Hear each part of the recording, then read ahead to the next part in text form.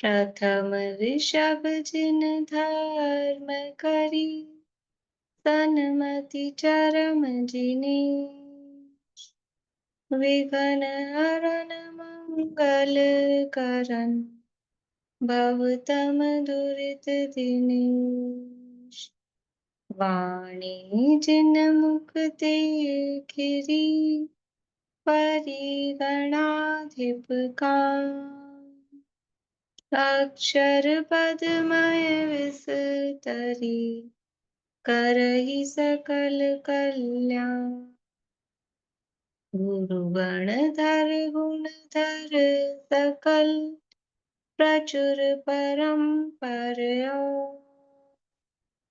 व्रत तप धर तनु नगन कर, वंदो वृष शिरमा। व्रत तप धर तनु नगन कर, वंदो वृष शिरमा। त्रिभुवन तिलयं देवं, वन्दितातिभुवनेन्दु परिपूज्यम्। वोच्चं मणुपेहाओ, भवीयजनानन्दजननी। त्रिभुवन तिलक शत इंद्रवन्दित देव श्री अरहंत को। कर नमन कहूँ अनुप्रेक्षाएं, भव्य को सुख कर।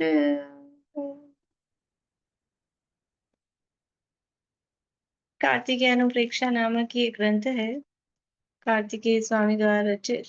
के अंतर्गत 12 अनुप्रेक्षाओं का वर्णन किया गया है और उसके उपरांत 12 तप का प्रकरण धर्मानुप्रेक्षा की चूलिका के रूप में यहाँ पर दिया गया है। इसके अंतर्गत जो अंतिम तप है ध्यान, ध्यान तप की चर्चा अपनी चल रही है और उसमें से भी जो अंतिम ध्यान है शुक्ल ध्यान। उस शुक्ल ध्यान के कितने भेद हैं?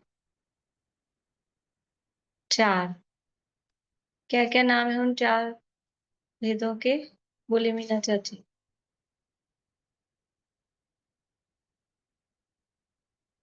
एकत्व वितर्क विचार, पृथकत्व वितर्क विचार, एकत्व वितर्क अविचार, सूक्ष्म क्रिया अप्रतिपाती और व्युपरत क्रिया अनिवृत्ति। बढ़िया, बोलिए अर्चना जी। पृथकत्व वितर्क विचार, एकत्व वितर्क अविचार, सूक्ष्म क्रिया अप्रतिपाती, व्यप्रत क्रिया निवृत्ति। विपरीत क्रिया अनिवृत्ति। व्यप्रत क्रिया अनिवृत्ति।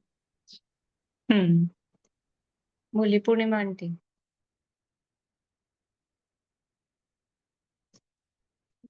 पृथक्त्व वितर्क विचार, एकत्व वितर्क अविचार, सूक्ष्म क्रिया अप्रतिपाती, विपरीत क्रिया निवर्तनी अनिवर्तनी।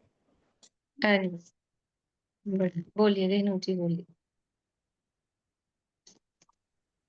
पृथक्त्व वितर्क विचार, एकत्व वितर्क अविचार, सूक्ष्म क्रिया अप्रतिपाती, विपरीत क्रिया अनिवृत्ति। बढ़िया। इसके अंतर्गत इसमें से अपने 4 में से तीसरे भेद की चर्चा चल रही थी, सूक्ष्म क्रिया अप्रतिपाती। यानी जो पहले 2 पाए हैं शुक्ल ध्यान के, पहले जो 2 भेद हैं वो श्रुत ज्ञानियों के होते हैं, पृथक्त्व वितर्क विचार और एकत्व वितर्क अविचार। ये 2 शुक्ल ध्यान श्रुत ज्ञानियों के होते हैं और जो अंतिम 2 शुक्ल ध्यान हैं वो केवल ज्ञानियों के होते हैं। तो ये जो शुक्ल ध्यान है, ध्यान का काम क्या है? ये कर्मों का नाश करना प्रमुखतः। ध्यान से कर्मों का नाश होता है, तप से ही निर्जरा होती है और उसमें भी सर्वोत्कृष्ट तप जो ध्यान है निर्जरा का हेतु है। तो पहले शुक्ल ध्यान के माध्यम से मोहनीय कर्म का नाश होता है। फिर दूसरे शुक्ल ध्यान के माध्यम से बाकी के 3 घातीय कर्मों का नाश होता है। अब ये तीसरा शुक्ल ध्यान, ये किसका नाश करता है? कि किसी कर्म का नाश नहीं करता, लेकिन योग का निरोध करने का काम, योग निरोध करने का काम ये तीसरे शुक्ल ध्यान के माध्यम से होता है। सूक्ष्म क्रिया अप्रतिपाती, सूक्ष्म का मतलब क्या बताया था शशि भाभी? सूक्ष्म यानी जो बादर नहीं है। हाँ, बादर से रहित सूक्ष्म, मतलब स्थूल नहीं है। बादर मतलब स्थूल नहीं है, वो सूक्ष्म। और अ, क्रिया यानी ममता भाभी, क्रिया यानी योग। म्यूट कर लीजिए। योग। हाँ, क्रिया यानी योग। आप लोग अपने आप म्यूट करते जाइए, नहीं तो फिर मुझे यही करते रहना पड़ेगा। ठीक है।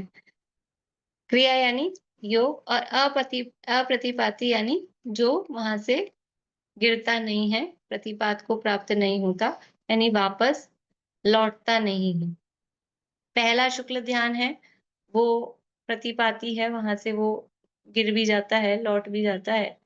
लेकिन ये तीसरा शुक्ल ध्यान है, ये अप्रतिपाती यहाँ पर कहा है।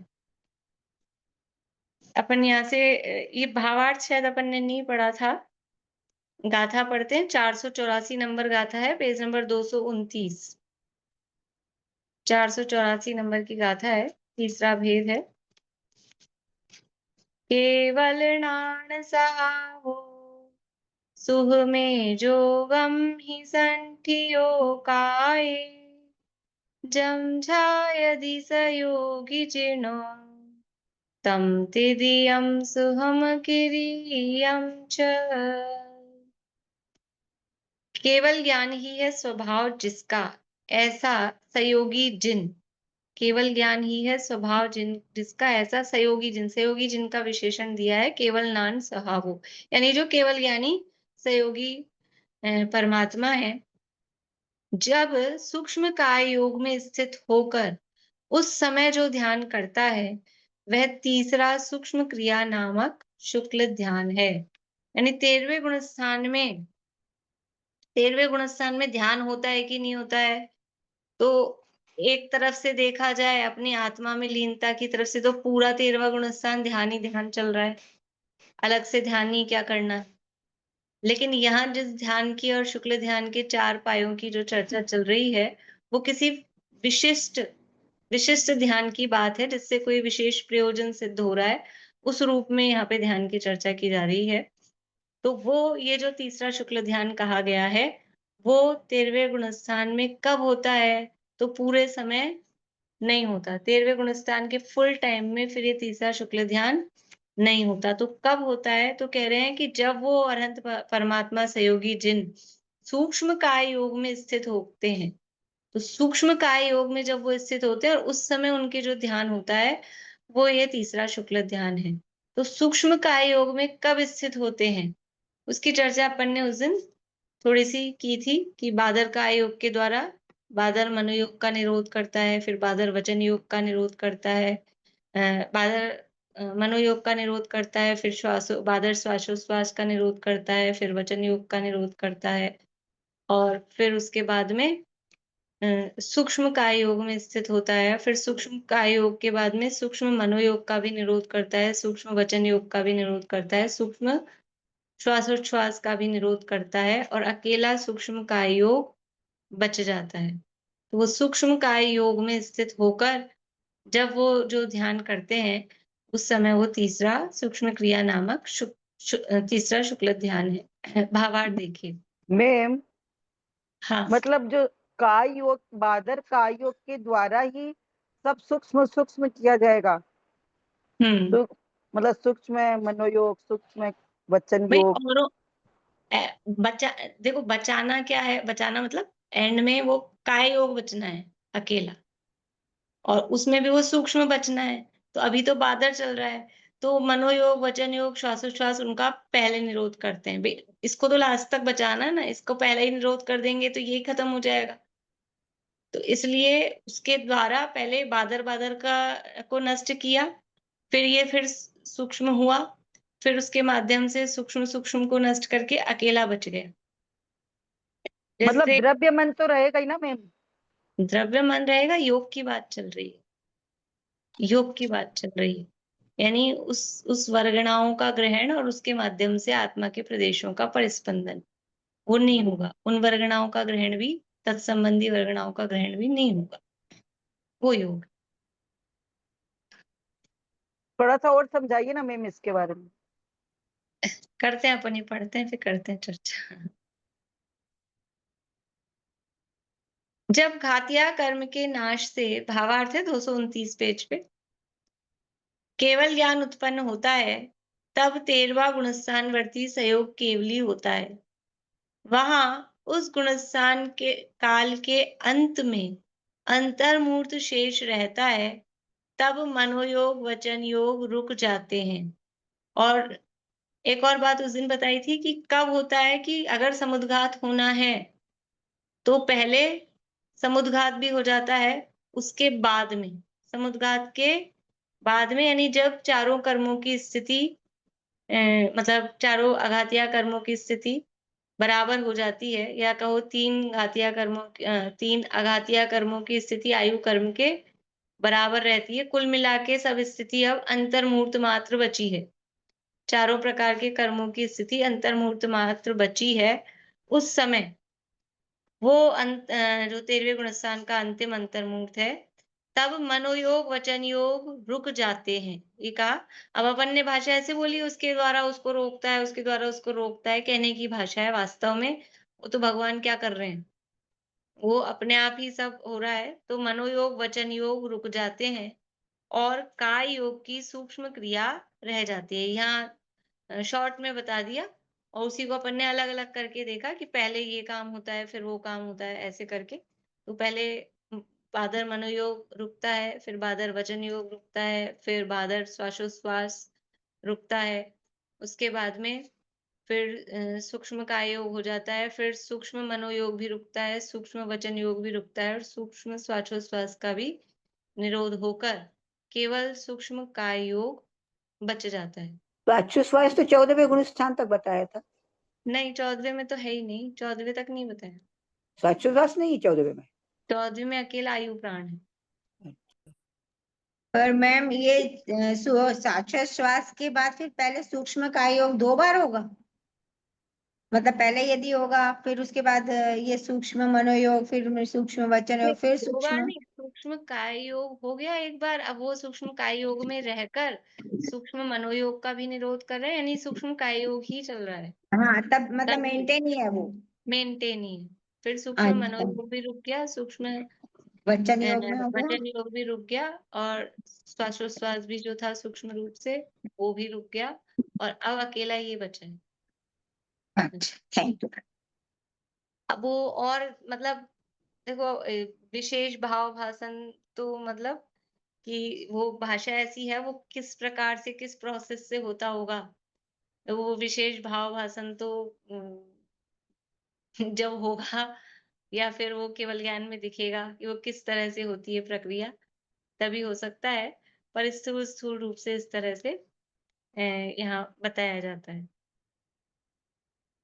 केवली यहाँ भगवान तो केवली भगवान कर भी रहे हैं और जान भी रहे हैं। वास्तव में तो जान ही रहे हैं, करने की तो भाषा है। होता है, होते हुए को जानते हैं। केवल ज्ञान में सब जानने में आ रहा है।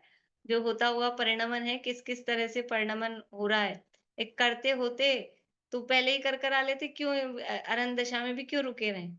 एक करते नहीं है वास्तव में तो, और अब उनको कोई आकुलता भी नहीं है कि जल्दी कर्म नष्ट हों, कि आराम से हों, कि थोड़ा और यहाँ रह जाएँ। कोई मतलब नहीं है, जैसा जो सहज परिणमन होना है। इसलिए मतलब करना कोई कर सकता ही नहीं है, सब होता ही है। लेकिन ये अपनी डेढ़ अकल से अज्ञानी जीव, हम वो करतापना लगाते हैं, हमको लगता है हम करते हैं। वास्तव में सब होता ही है। करना कुछ होता ही नहीं दुनिया में। दुनिया में कोई कुछ करता ही नहीं है, जो होता है वो होता ही है। वस्तु स्थिति तो ये है। मैम एक बात पूछनी है, हाँ, मतलब बोलिए। जैसे तीर्थंकर भगवान की जो दिव्य ध्वनि खिड़ती है, इसलिए उनका सूक्ष्म क्रिया मतलब जो अप्रतिपाती जो शुक्ल ध्यान है तीसरा, वो नहीं बोला गया ना अंतर मुहूर्त के पहले, जो उनका केवल ज्ञान के बाद। अर्यंत हाँ, भगवान के भी इतना ही हर समय वो मतलब उपदेश देते हैं।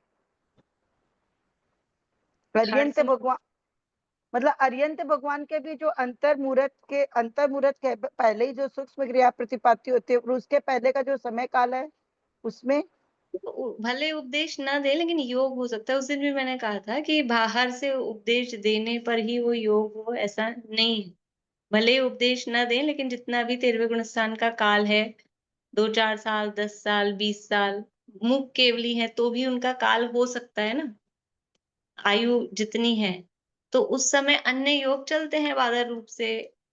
तो वचन योग नहीं, मतलब स्थूल वचन योग नहीं है, बादर वचन योग, ध्वनि वाणी रूप, लेकिन अन्य योग चलते हैं। तीसरा शुक्ल ध्यान जो सूक्ष्म क्रिया रूप है, वो तो अंतिम समय में ही होगा, अंतिम अंतर मुहूर्त में ही होगा। चाहे मूक केवली हो, चाहे तीर्थंकर केवली हो, चाहे सातिशय केवली हो, कोई भी हो, अंतिम उसके अंतर पहले मुहूर्त। उसके पहले ध्यान नहीं बोला जाएगा 13वें गुण तीसरा स्थान में। तीसरा हाँ, तीसरा शुक्ल ध्यान नहीं बोला जाएगा। वैसे 13वें गुण स्थान में अरहंत सिद्ध दशा में वो ध्यान का फल कहा जाता है, वहां ध्यान नहीं है। देखो, दो तरह के कथन आते हैं। ये भी कहा जाता है कि वहां ध्यान नहीं है सिद्धों के या अरहंतों के। क्यों? क्योंकि वो ध्यान का फल उनको प्राप्त हो गया है। तो इस रूप में ये वो कौन सा ध्यान नहीं है कि ये वाले, ये जो शुक्ल ध्यान की चर्चा चल रही है ना, तो ये तीसरा और चौथा जो शुक्ल ध्यान अनंत दशा में कहा है 13वें और 14वें गुण स्थान में, वो उपचार से कहते हैं। वास्तव में तो वहां ध्यान का फल प्रकट हो गया है। एक तो ये कथन की मतलब अपेक्षा है, और दूसरा क्या, कि वहां निरंतर ध्यान ही ध्यान है। वो ध्यान से बाहर ही कहाँ है? वो तो निरंतर निश्चय से तो अपने आत्मा में लीन है। ध्यान किसे कहते हैं? ये एकाग्रता आत्मा का में नाम ध्यान है। आत्मा में एकाग्र है, लीन है, तो वहां तो हर समय ही फुल टाइम ध्यान ही है। तो दोनों कथन की अपेक्षाएं हैं, विवक्षाएं हैं। ये जो ध्यान कहा गया है, ये जो शुक्ल ध्यान है, 4 प्रकार का ध्यान, वो पर्टिकुलर काम के प्रयोजन से और पर्टिकुलर टाइम पे ही होगा, हर समय नहीं होगा। जैसे पहला और दूसरा शुक्ल ध्यान भी, दूसरे शुक्ल ध्यान के लिए भी कहा 12वें गुण स्थान में हर समय नहीं है, उसमें भी अंत में ही कहा। इसमें गाथा में भी आया था ना ये, क्षीण कसाए अंतिमे काले, तो उसमें भी वो अंत में कहा है। इतना सा तो टाइम है, उसके भी पार्ट्स करके उसके भी अंत में। तो वहाँ यहाँ मतलब ये जो शुक्ल ध्यान की जो बात चल रही है, वो पर्टिकुलर किसी प्रयोजनभूत जो ध्यान, मतलब जिससे कोई प्रयोजन सिद्ध हो रहा है कर्मों के नाश का, जो उसके अपेक्षा से ध्यानों की मतलब चर्चा 14वें चल गुण रही है। स्थान में जाने के लिए जो सूक्ष्म क्रिया प्रतिपाती होता है, ये हाँ, होगा। 14वें गुण स्थान के लिए बिल्कुल, योग निरोध के लिए उसका प्रयोजन योग निरोध है ना, और 14वें गुण स्थान का नाम अयोगी है। तो 14वें गुण स्थान में जाने के लिए ये शुक्ल ध्यान तीसरा हो रहा है, और सिद्ध दशा के लिए फिर चौथा शुक्ल ध्यान होगा।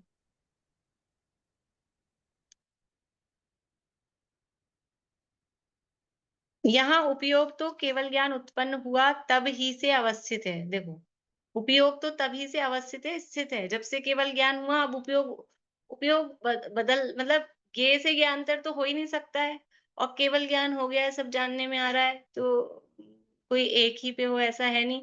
और आत्मा में लीनता है, तो वो आत्मा ज्ञेय है, तो उपयोग तो तभी से अवस्थित है। और ध्यान में अंतर्मुख ठहरना कहा है। में ध्यान की जो परिभाषा दी है ना सूत्र में, क्या दी है? उत्तम सहननस्य एकाग्र चिंता निरोधो ध्यानम आ अंतर्मुहूर्तात्। तो वो अंतर्मुहूर्त तक के लिए कहा है।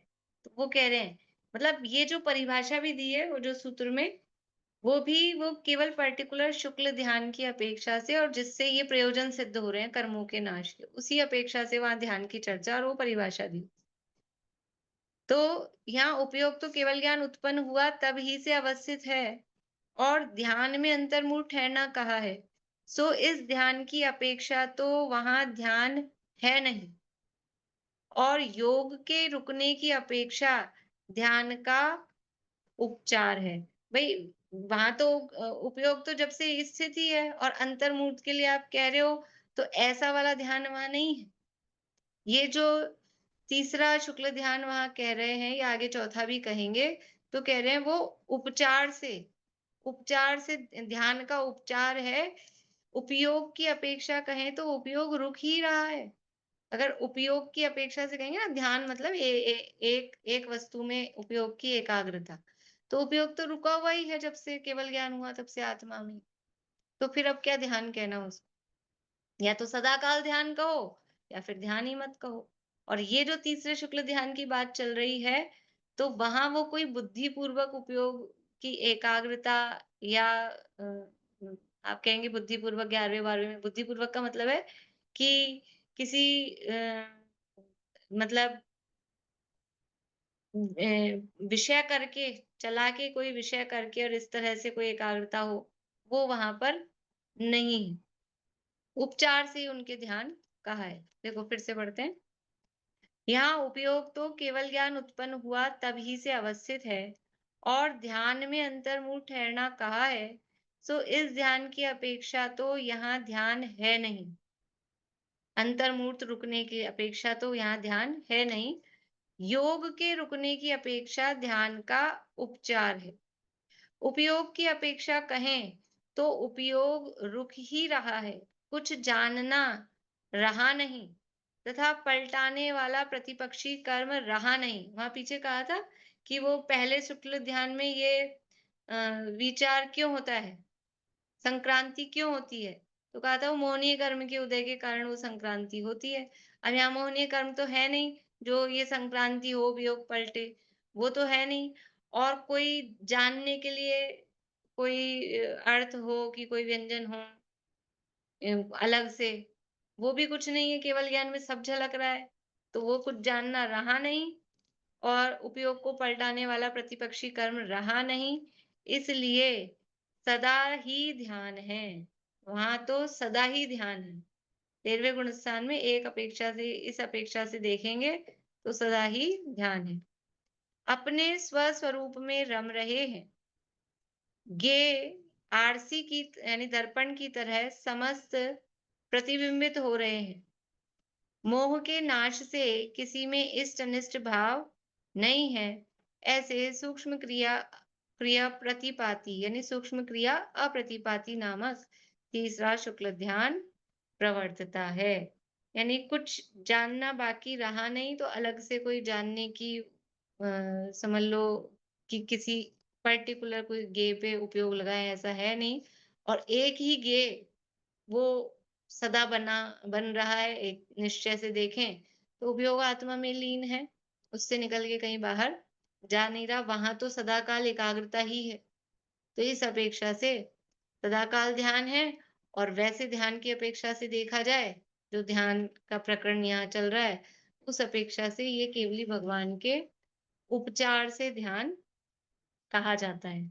जैसे 11वें 12वें गुणस्थान में वहां वो ध्यान है, वो ध्यान हो रहा है, यहाँ उस तरह का ध्यान नहीं है, क्योंकि अब सब कुछ सहज है, केवल ज्ञान हो चुका है। क्योंकि हम जो परिभाषा देते हैं ना, ज्ञान की एकाग्रता का नाम ध्यान है, तो वो तो वहां ज्ञान एकाग्र ही केवल ज्ञान हो गया, तो अब अलग से कोई एकाग्रता की आवश्यकता है नहीं। देखो ये इसमें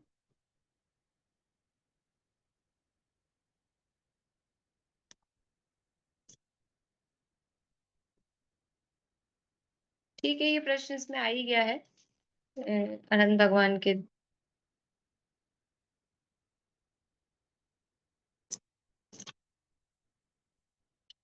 इस तरह से ये, और इसकी जो भी विशेषताएं हैं, ये अपनी हो गई थी, उस दिन चर्चा कर ली थी अपन ने।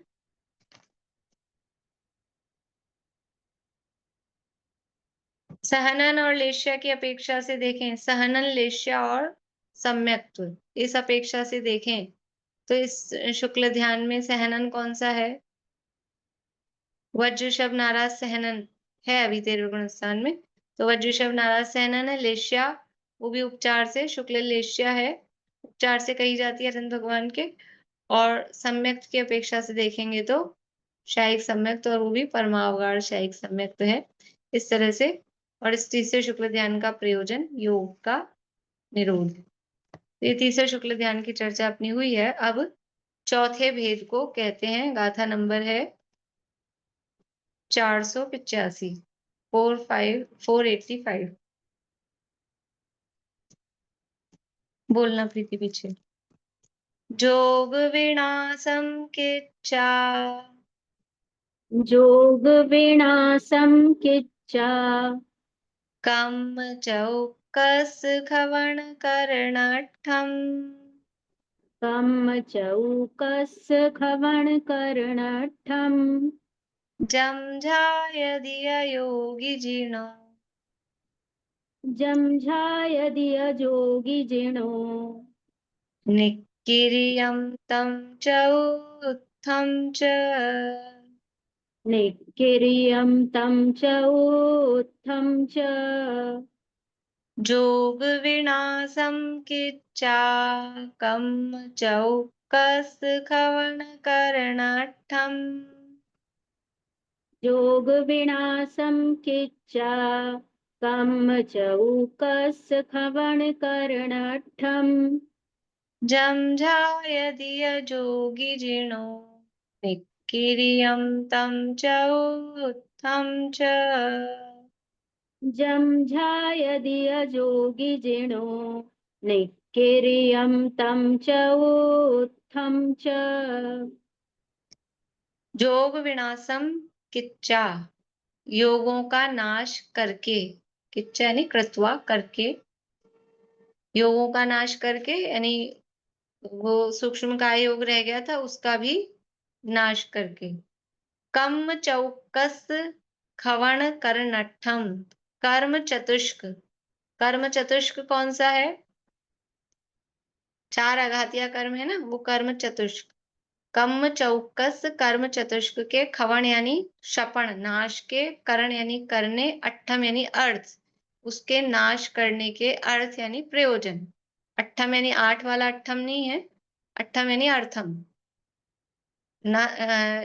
4 अघातिया कर्मों के नाश करने के अर्थ यानी उसके प्रयोजन।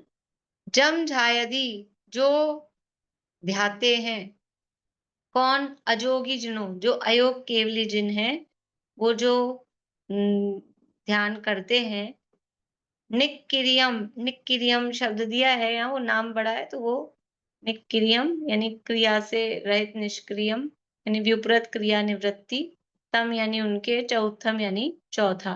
वो चौथा शुक्ल ध्यान व्युपरत क्रिया निवृत्ति, व्युपरत क्रिया अनिवृत्ति, अथवा दूसरा नाम है समुच्छिन्न क्रिया अप्रतिपाती। दूसरा नाम है समुच्छिन्न क्रिया अप्रतिपाती। व्युपरत क्रिया अनिवृत्ति अथवा समुच्छिन्न क्रिया अप्रतिपाती।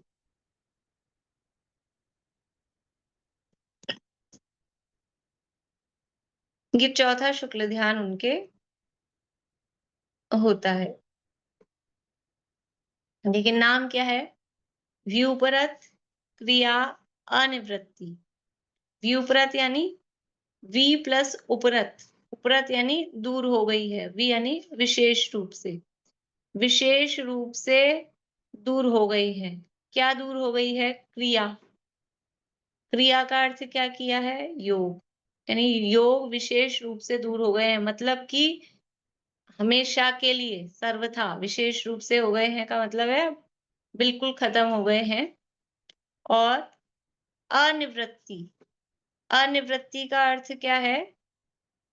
2 अर्थ करेंगे अनिवृत्ति के। एक तो कि निवृत्ति नहीं हुई है, अनिवृत्ति, निवृत्ति नहीं हुई है। किससे निवृत्ति? कर्मों से अभी निवृत्ति नहीं हुई है।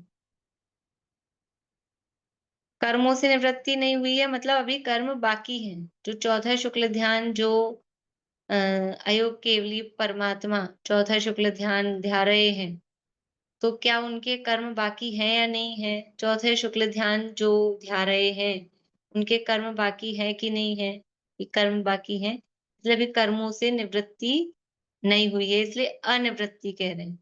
ठीक है? पहला अर्थ कि अभी कर्मों से निवृत्ति नहीं हुई है। और दूसरा अर्थ उसका अनिवृत्ति, अनिवृत्ति का मतलब है कि निवृत्त नहीं होता है। किससे निवृत्त नहीं होता है? कि जब तक कर्मों का नाश नहीं होता, तब तक ये छूटेगा नहीं। यानी कर्मों का नाश किए बिना ये निवृत्त नहीं होता है। इसलिए इसको कहा अनिवृत्ति। मतलब ये है कि ये कर्मों का नाश ही करेगा। तो पहला अर्थ तो कि अभी कर्मों का नाश नहीं हुआ है, इसलिए उनको कहा अनिवृत्ति। कर्मों से निवृत्त नहीं हुए। और दूसरा अर्थ कि कर्मों से निवृत्त हुए बिना नहीं छूटेगा, उसको भी कहेंगे अनिवृत्ति। तो व्युपरत क्रिया अनिवृत्ति अर्थात समस्त योग की जहां पर निवृत्ति हो गई हो, परंतु कर्मों से निवृत्ति नहीं हुई। योग की निवृत्ति हुई है तो कोई सोचे कर्मों से भी छूट गए हों, तो कर्मों से निवृत्ति नहीं हुई है। अथवा ऐसा शुक्ल ध्यान जो कर्मों से निवृत्ति कराए बिना छूटता नहीं है। मैम, एक मिनट। ऐसा शुक्ल ध्यान जो कर्मों से निवृत्ति कराए बिना छूटता नहीं है, इसलिए उसको कहा अनिवृत्ति। बोलिए। मतलब 14 गुण स्थान में तो पूरा योग का निरोध हो गया, तो फिर वो तो अभी तो सूक्ष्म का योग है, तो उससे मतलब योग नहीं सूक्ष्म होगा। योग कहाँ है? सूक्ष्म योग 13वें में था, 14वें में आ गए। का योग तो है ना, कहाँ है 14वें में? का नाम क्या है गुणस्थान का? विपरीत क्रिया निवृत्ति योग। 14वें गुणस्थान का नाम पूछ रही हूँ, शुक्ल ध्यान का नहीं। 14वें गुणस्थान का नाम। अयोग केवली। तो नाम ही अयोग केवली है, तो फिर वहां सूक्ष्म का अयोग कैसे होगा? नाम ही मतलब अयोग है ना। अयोग है, कोई सा भी योग नहीं होगा। सूक्ष्म बादर ये वो कुछ भी नहीं, इतना सा भी नहीं। शरीर है ना सूक्ष्म में। अरे शरीर अलग बात है, योग अलग बात है। शरीर सूक्ष्म बादर नहीं, शरीर है। शरीर नाम कर्म का उदय भी नहीं है 14वें गुणस्थान। अभी तो वो आएगी सब बातें आत्मा में स्पंदन नहीं हो रहा है मतलब। हाँ, आत्मा के प्रदेशों में बिल्कुल परिस्पंदन नहीं हो रहा है। और प्रदेशों में परिस्पंदन होता है तो वर्गणाओं का ग्रहण होता है, कर्म नो कर्म वर्गणाओं का। तो परिस्पंदन नहीं हो रहा, अब किसी भी तरह से वर्गणाओं का ग्रहण भी नहीं हो रहा। और शरीर संबंधी कर्मों के उदय भी अब वहां नहीं है। शरीर है, शरीर नाम कर्म का उदय नहीं है, वो 13वें तक ही है। ऐसी बातें हैं। ठीक है? तो ये अर्थ समझ में आया? शब्द से अर्थ। सूक्ष्म क्रिया अप्रतिपाती, नहीं सूक्ष्म क्रिया, सॉरी, व्युपरत क्रिया अनिवृत्ति। व्युपरत यानी विशेष रूप से दूर हो गई है क्रिया, योग, ये तो एक बात हो गई। और फिर अनिवृत्ति अर्थात जहां अभी कर्मों से पूरी तरह से निवृत्ति या मुक्ति नहीं हुई है, अथवा जो कर्मों से मुक्ति प्राप्त कराए बिना या कर्मों से निवृत्त हुए बिना जो नहीं छूटता है, उसका नाम अनिवृत्ति। ये चौथा शुक्ल ध्यान है। समय अपना हो गया है, इसका अर्थ और कर लेते हैं। समुच्छिन्न क्रिया अप्रतिपाती। समुच्छिन्न का क्या अर्थ है? सम उच्छिन्न। सम यानी सम्यक प्रकार से, उच्छिन्न का अर्थ भी नष्ट हो गया है। उच्छिन्न हो गया, विच्छिन्न हो गया, नष्ट हो गया। तो सम्यक प्रकार से जो नष्ट हो गया है, क्या नष्ट हो गया है? वही क्रिया, यानी अच्छी तरह से जो क्रिया नष्ट हो गई है, मतलब योग अच्छी तरह से नष्ट हो गए हैं। और अप्रतिपाती, जो अब छूटेगा नहीं, मुक्ति दिलाकर ही पहुंचाएगा, तो उसलिए उसको कहा अप्रतिपाती। तो समुच्छिन्न क्रिया अप्रतिपाती अर्थात अच्छी तरह से जो योग नष्ट हो गए हैं और जो अप्रतिपाती है, ऐसा शुक्ल ध्यान, उसका नाम ये चौथा समुच्छिन्न क्रिया अप्रतिपाती। इस तरह से ये चौथे शुक्ल ध्यान की थोड़ी चर्चा हुई है। भावार्थ और थोड़ी और चर्चा वो कल कर लेंगे, और फिर तो अपना एक आध दिन में हो जाएगा ये। आप लोगों के पास ग्रंथ पहुंचे? किन किन ने मंगाए थे? तो पहुंचने लगे हैं क्या? आ गए? हाँ आपने मैम, तो खुद मेरा आ गया। आ गया। हाँ। ठीक, चलिए। चिन्वाणी स्तुति कौन बोल रहे हैं?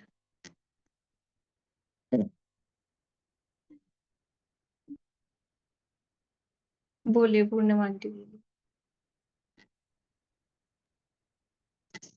जब से लिया चैतन्य के आनंद का आस्वाद, रमणी के भोग भी लगे मुझको सभी निस्वार्थ। ध्रुव धाम की ही ओर दौड़े परिणति मेरी, निर्ग्रंथिता की भावना अब हो सफल मेरी। बीते अहो आराधना में हरे घड़ी मेरी।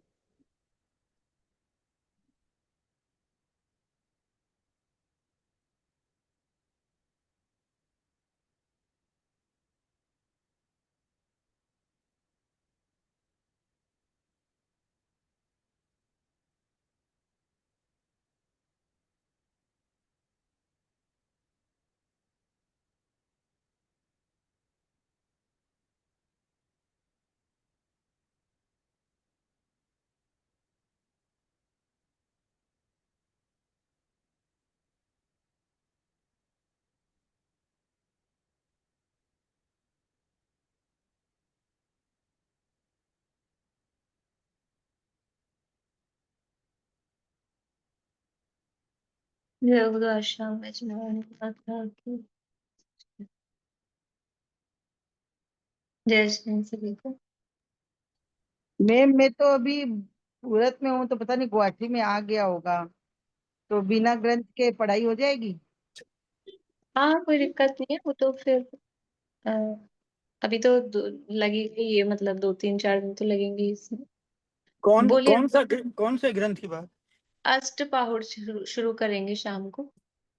अष्टपाउड एक हमारे पास है तो सरी, वो ये कौन सा है, वो कौन सा है? और जो काफी होगा मेरे ख्याल से वही होगा। काफी हाँ, मोटा मोटा ग्रंथ है, समय सार जैसा। नहीं, समय सार से थोड़ा पतला है, लेकिन हाँ है उतना। थोड़ा सा छोटा है समय सार से। अब वो वही मोक्षाण होगा। प्रकाशक, हाँ वही होगा, मोक्षाण प्रकाशक के जितना। पारुल बोलिए।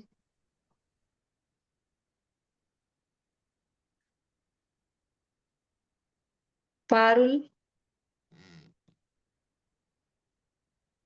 भाभी मेरे 2 क्वेश्चन थे। पहला तो हम्म श्वासोच्छ्वास खत्म हो गया, तो फिर हम्म 14वें गुण स्थान में आयु कैसे बची? हम्म। आयु अलग प्राण है, श्वासोच्छ्वास अलग है। इससे ये भी समझ में आता है कि श्वासोच्छ्वास के बिना भी, यानी असली जो प्राण है, मतलब असली मीन्स निमित्त रूप से जो व्यवहार में प्राण कहा जाता है, वो आयु प्राण ही है। सबसे निकल इम्पोर्टेंट, जाएंगे। सबसे मतलब इम्पोर्टेंट जो प्राण है वो आयु प्राण ही है। मतलब श्वासोच्छ्वास बंद होने के बाद भी इंसान की यदि आयु शेष है, तो वो हाँ जीता है कुछ टाइम के लिए। हाँ हाँ हाँ, बिल्कुल। और दूसरा ये था 14वें गुण स्थान में सूक्ष्म काय योग भी नहीं बचा। नहीं नहीं, कोई सा भी योग नहीं है। अयोग ही, नाम ही अयोग है। तो वो तो अपन ने खत्म ही नहीं किया। तीसरे शुल्क ध्यान में तो पहले सूक्ष्म तीसरे शुक्ल ध्यान का काम क्या था? तीसरे शुक्ल ध्यान से वही तो खत्म किया था। तीसरे सूक्ष्म काय शुक्ल योग तो बचा था ना भाभी। सूक्ष्म काय योग बचा था, तब तीसरा शुक्ल ध्यान स्टार्ट किया था, और स्टार्ट करके अच्छा। फिर उसको भी खत्म किया। वो तीसरे शुक्ल ध्यान के माध्यम, मतलब वो सूक्ष्म तो बचा, तब तो तीसरा शुक्ल ध्यान स्टार्ट किया था, और ओके। उस सूक्ष्म को खत्म करने के लिए। मतलब जब तक ये बादर योग वगैरह थे, ये तो ध्यान में अपने आप केवली के बंद हो अपने गया। आप हो हाँ, गए उस थे समय ध्यान समुद्रवात नहीं के था, बाद। उस समय ध्यान नहीं था। बादर योग जो नष्ट हुए, उस समय ध्यान नहीं था, वो ऑटोमेटिक समझ लो क्रिया में हुआ। और जब वो ठीक। सूक्ष्म बचा, तो वो सूक्ष्म अब कैसे नष्ट हो? अभी मतलब इससे ये भी लगता है कि बादर तो बादर को नष्ट करने के लिए ध्यान नहीं है। मोटे को, और जो बारीक बचा है ना, बारीक उसको को भी नष्ट करना है, तो उसके लिए तीसरा शुक्ल ध्यान ये लग रहा मैम, बोलिए। मुझे एक बात अभी ऐसी ध्यान में आई, जैसे कोई का अटैक आता है तो सांस नहीं चलती है, पंपिंग से फिर वो वापस सांस आ जाती है, तो मतलब आयु है उनकी लेकिन सांस बंद हो जाती है, अपने संसारी प्राणी के भी ऐसा होता है। अभी मुझे अचानक स्ट्राइक हुई ये वाली वो बात। तो अपनी जो सांस है वो तो अपने तो मतलब ये नाक वाली श्वासोश्वास को अपन ले रहे हैं, वरना वो तो नाड़ी की फड़कन वाली भी होती है ना जो। नहीं, जो एक बार सांस बंद हो जाती है, पंपिंग करते हाँ हैं डॉक्टर। हाँ, उससे वो हो जाता है, मतलब इसीलिए उस समझ में आता है कि असली जो है ना प्राण, व्यवहार प्राणों में भी जो कहा जाता है, वो आयु प्राण ही है असली। बाकी वो भी हैं प्राण, तो कहे ही हैं, श्वासोश्वास का जो नाक बंद कर दो, गला दबा दो तो मरण हो जाता है, वो भी है, पर वो साथ में फिर आयु भी खत्म होती है तभी। लेकिन अगर आयु बाकी है तो और सब काम होने पर भी फिर वो बचता है। चल, जय जी। मेरा एक क्वेश्चन था बोलिए। कि महावीर भगवान को केवल ज्ञान कब हुआ था? महावीर भगवान को केवल ज्ञान सप्तदशमी बैसाख शुक्ला दशमी। वैशाख शुक्ला दशमी का मतलब हम्म। ये 66 दिन बनते हैं वहां से अभी हाँ हाँ, इसमें। पूरे 66 बनेंगे, आप गिन लो, 66 बनेंगे। वैशाख शुक्ला दशमी से ये अभी जो आया हाँ वीर शासन जयंती हाँ, इसमें। और पूरे 66। एक क्वेश्चन और था कि जब सुमेरु पर्वत और के मतलब सूर्य का जो आताप 900 योजन तक का है, मतलब प्रकाश आता, और उसके बाद स्वर्ग से लेकर बीच की जगह में उजाले की क्या, प्रकाश की क्या व्यवस्था है वहां पर, वो है सब वहां पर स्वर्ग में वो रत्नों का रहता है ना, और नहीं, ऊपर भी सब। स्वर्ग तो हाँ, ऊपर गया ना, बीच की जगह है ना। तो बीच की जगह भी वो सब जैसे नंदनवन में वो है क्या कल्प वृक्ष वगैरह, मतलब क्या है हाँ उजाले वाले वृक्ष है? हाँ, देवों के सब वहां पे क्रीड़ा स्थल है ना, तो सब रत्नमयी, वहाँ कल्प वृक्ष भी होंगे और रत्नमयी सब प्रकाश वगैरह रहता है, रत्नों का प्रकाश रहता है। सूरज चांद का तो क्या है उनके आगे फिर। जय स्वर्ग जय। में रात और दिन वाली स्थिति भी बनती है? नहीं, स्वर्ग में नहीं होती। नहीं होती ना, वो रत्नों के प्रकाश से दिन ही है वो। हम्म। जय श्री